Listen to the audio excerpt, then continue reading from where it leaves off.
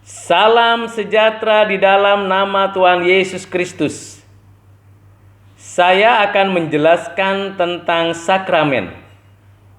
Sakramen ialah seremonial, upacara yang kudus, yang suci, yang sakral berdasarkan pada perintah Tuhan. Di dalamnya ada covenant dari Tuhan untuk umatnya. Di dalam perjanjian lama ada dua seremonial yang perlu dan penting untuk kita ketahui, yaitu sunat dan perayaan Paskah. Sunat adalah tanda seseorang terhisap sebagai umat Tuhan. Sunat di dalam hal ini dimulai sejak Tuhan Allah menyatakan perjanjiannya kepada Abraham, di mana seluruh keturunan Abraham yang percaya kepadanya dijadikan umatnya. Umatnya adalah anak-anaknya dan Allah menjadi bapanya. Tandanya melalui sunat. Dan sunat dilaksanakan untuk laki-laki pada usia 8 hari.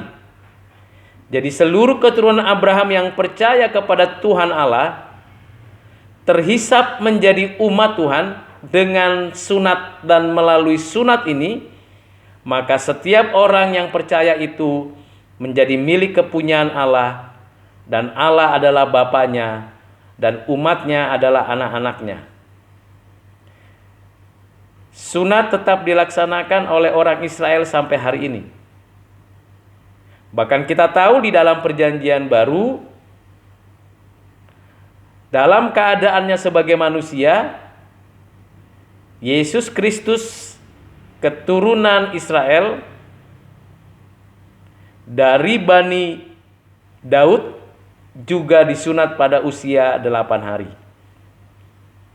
Sebagai tanda bahwa Yesus Kristus adalah umat Tuhan yang menyatakan keberadaannya di atas bumi dalam keadaannya sebagai manusia. Hal yang kedua yang perlu kita ketahui di dalam perjanjian lama adalah Paskah. Paskah dilaksanakan dan diselenggarakan oleh umat Israel berdasarkan pada peringatan mereka akan karya penebusan, pembebasan, pelepasan mereka dari perbudakan di Mesir. Kita tahu bahwa selama 400 tahun bangsa Israel diperbudak di Mesir. Dan selama itu mereka berada di dalam kesusahan dan kesulitan yang besar, terutama ketika mereka hendak menyembah dan memuji dan memuliakan Tuhan Allah. Berdasarkan pada perjanjian dan covenant antara Tuhan Allah dengan Abraham, bahwa seluruh keturunan yang percaya kepadanya diberkati dan menjadi saluran berkat bagi segala bangsa, dan diberikan tanah perjanjian. Berdasarkan pada covenant itulah dan janjinya yang setia itulah, Tuhan Allah membebaskan bangsa Israel dari perbudakan di Mesir. Musa dan Harun Tuhan utus untuk membawa bangsa Israel keluar dari Mesir menuju tanah perjanjian untuk menyembah dan memuliakan Tuhan Allah, dan melaluinya menjadi saluran berkat bagi segala bangsa. Tulah dijatuhkan atas Mesir dan Tuhan menyatakan kuasanya. Pada tulah yang ke-10, di mana anak-anak sulung Mesir mengalami kematian, karena Tuhan menghukum Mesir dengan begitu keras. Sebab Firaun begitu keras hati menolak umat Israel bebas keluar untuk beribadah. Pada saat itulah Tuhan memerintahkan umat Israel melalui Musa untuk menyembelih anak domba jantan yang sulung. Darahnya dibalurkan di atas pintu-pintu orang Israel, sehingga malaikat maut dan kematian anak sulung tidak terjadi bagi umat Israel, bagi keluarga-keluarga Israel di Mesir. Tuhan menuntun, membebaskan, melepaskan umat Israel dari perbudakan di Mesir. Dan itu menjadi peringatan yang penting bagi orang Israel sampai hari ini. Mereka mengingat akan karya pembebasan, penebusan, penyelamatan Tuhan Allah. Dan mereka bersukacita atas segala yang diperbuat oleh Tuhan atas mereka. Dua seremonial ini masih terus dilaksanakan sampai hari ini. Dan kita tahu dalam perjanjian lama itu terus berlangsung, dan di dalam perjanjian baru juga dilaksanakan oleh Tuhan dan murid-muridnya. Hal yang penting dan perlu kita mengerti lagi supaya kita menelusuri tentang sakramen yang dilaksanakan dan diselenggarakan oleh gereja. Di dalam perjanjian baru ada dua perintah Tuhan yang penting dan perlu untuk kita ketahui dengan cermat dan teliti. Yang pertama adalah baptisan dan yang kedua adalah perjamuan. Baptisan kudus dan perjamuan kudus. Perintah ini diperintahkan langsung oleh Tuhan untuk murid-murid laksanakan dengan baik-baik, dengan sungguh-sungguh, dengan benar, dengan tepat. Dan murid-murid mengajarkan kepada murid-murid yang berikutnya sampai hari ini. Gereja yang kelihatan, yang institusional menyelenggarakan baptisan kudus dan perjamuan kudus berdasarkan pada perintah Tuhan. Ada relasi yang penting dan perlu kita ketahui. Keberlanjutan perjanjian lama dan perjanjian baru. Tanda terhisapnya seseorang masuk ke dalam umat Tuhan di dalam perjanjian lama melalui sunat. Di dalam perjanjian baru melalui baptisan. Demikian juga setiap orang yang ada di dalam umat Israel, umat Tuhan, mereka mengingat penebusan, pembebasan, kelepasan mereka dari perbudakan, dan mereka bersukacita memuji, memuliakan Tuhan, menyembah Tuhan. Di dalam perjanjian baru kita juga mengetahui ada perjamuan kudus yang diselenggarakan oleh setiap gereja dengan sungguh-sungguh untuk mengingat akan karya penebusan Kristus yang tuntas, yang sempurna, yang bersifat kekal, di mana kita menyelenggarakannya sebagai gereja yang kelihatan, yang institusional. Mari kita menelusuri bagian perjamuan kudus dan baptisan kudus ini. Di dalam perjanjian baru kita mengetahui khususnya dari 4 Injil bahwa perintah perjamuan kudus mendahului perintah baptisan kudus. Perintah perjamuan kudus mendahului perintah baptisan kudus. Secara historis kita mengetahui bahwa Tuhan pada usia 30 tahun juga melaksanakan baptisan yang dilaksanakan oleh Yohanes Pembaptis di Sungai Yordan sebagai tanda pertobatan. Sekalipun Tuhan tidak berdosa dan tidak pernah berbuat dosa dan tidak ada dosa sedikit pun sekalipun, Yesus Kristus dibaptis oleh Yohanes Pembaptis untuk melaksanakan kehendak Bapanya. Mari kita melihat dan menyelidiki satu persatu bagian ini. Karena kita tahu pelaksanaan baptisan mendahului pelaksanaan perjamuan kudus yang diselenggarakan oleh gereja sampai saat ini. Setiap orang percaya yang sudah dibaptis diperkenan untuk menyelenggarakan dan mengikuti perjamuan kudus. Sebaliknya mereka yang belum dibaptis tidak diperbolehkan dan tidak diperkenan mengikuti perjamuan kudus. Namun kita bisa tahu dan bisa kita baca di dalam Alkitab, khususnya di dalam kitab Injil, bahwa perintah perjamuan kudus mendahului perintah baptisan kudus. Mari kita telusuri lebih mendalam dan lebih mendasar.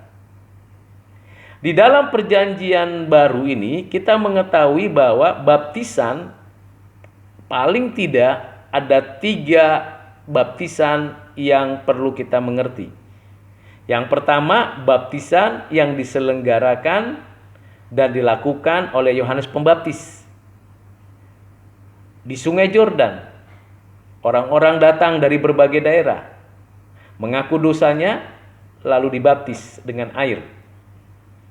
Dan terjadi sebuah pembaharuan, satu kehidupan yang baru, mengalami sebuah pertobatan.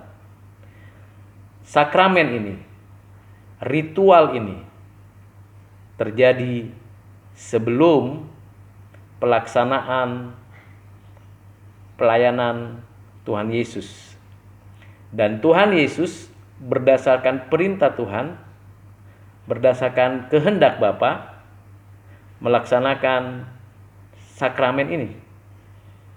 Baptisan air yang dilaksanakan oleh Yohanes Pembaptis. Baptisan ini kudus, baptisan ini suci, dan diikuti oleh murid-muridnya. Dilaksanakan dan dikerjakan oleh mereka. Yang kedua adalah baptisan yang dilaksanakan, diperintahkan oleh Tuhan Yesus untuk setiap muridnya menyelenggarakannya. Bagi setiap orang yang sudah dijadikan murid Tuhan dari segala bangsa dibaptis. Dan perintah Tuhan di dalam Matius pasal 28 ayat 19 jelas menjelaskan bahwa setiap orang yang sudah terhisap di dalam covenant sebagai murid Tuhan dibaptis di dalam nama Bapa, Anak, Roh Kudus. Baptisan yang kedua ini menjadi baptisan yang penting dan terus kita kerjakan sampai hari ini. Kita tidak lagi hanya membaptis seseorang dengan air saja seperti yang dilakukan oleh Yohanes Pembaptis. Kita membaptis seseorang di dalam nama Bapa, Anak, dan Roh Kudus dengan air. Dan di dalamnya ada tanda perjanjian. Jadi setiap orang, entah dia bayi, entah dia remaja, entah dia dewasa, maupun sudah tua, kalau dia dibaptis dengan air di dalam nama Bapa, Anak, dan Roh Kudus, maka orang tersebut terhisap di dalam covenant, perjanjian antara Tuhan dan umatnya, bahwa orang tersebut, seseorang yang berada di dalam baptisan tersebut adalah milik kepunyaan Tuhan. Yang kedua adalah perjamuan kudus. Perjamuan kudus diperintahkan Tuhan pada malam hari menjelang Tuhan mengalami penderitaan dan disalibkan, di mana murid-muridnya, para rasul, diperintahkan Tuhan untuk mengingat akan karya penebusannya dengan memakan roti dan meminum anggur dari cawannya. Dua unsur ini ada di dalam perjamuan kudus.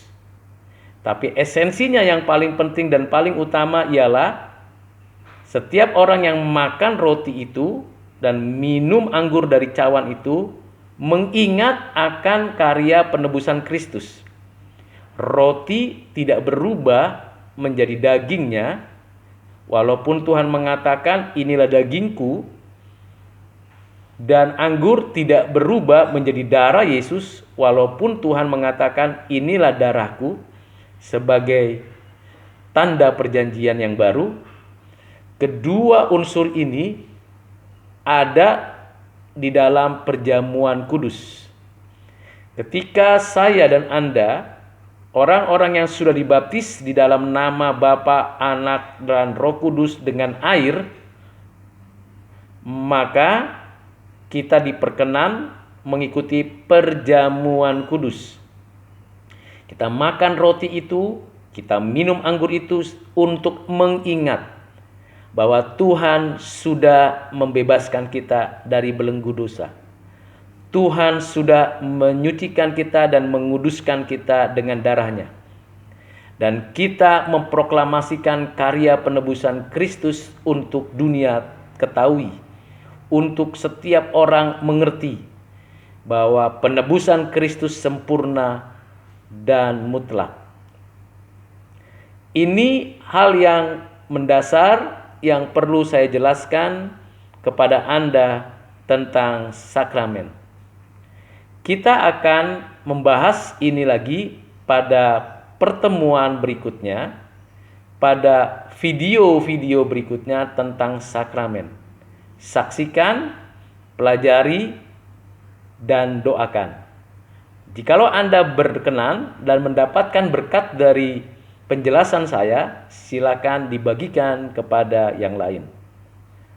Tunggu video selanjutnya menjelaskan tentang sakramen, dan Anda akan mendapatkan penjelasan yang lebih tuntas lagi. Tuhan Yesus memberkati. Salam dari saya, Rudi Silitonga. Amin.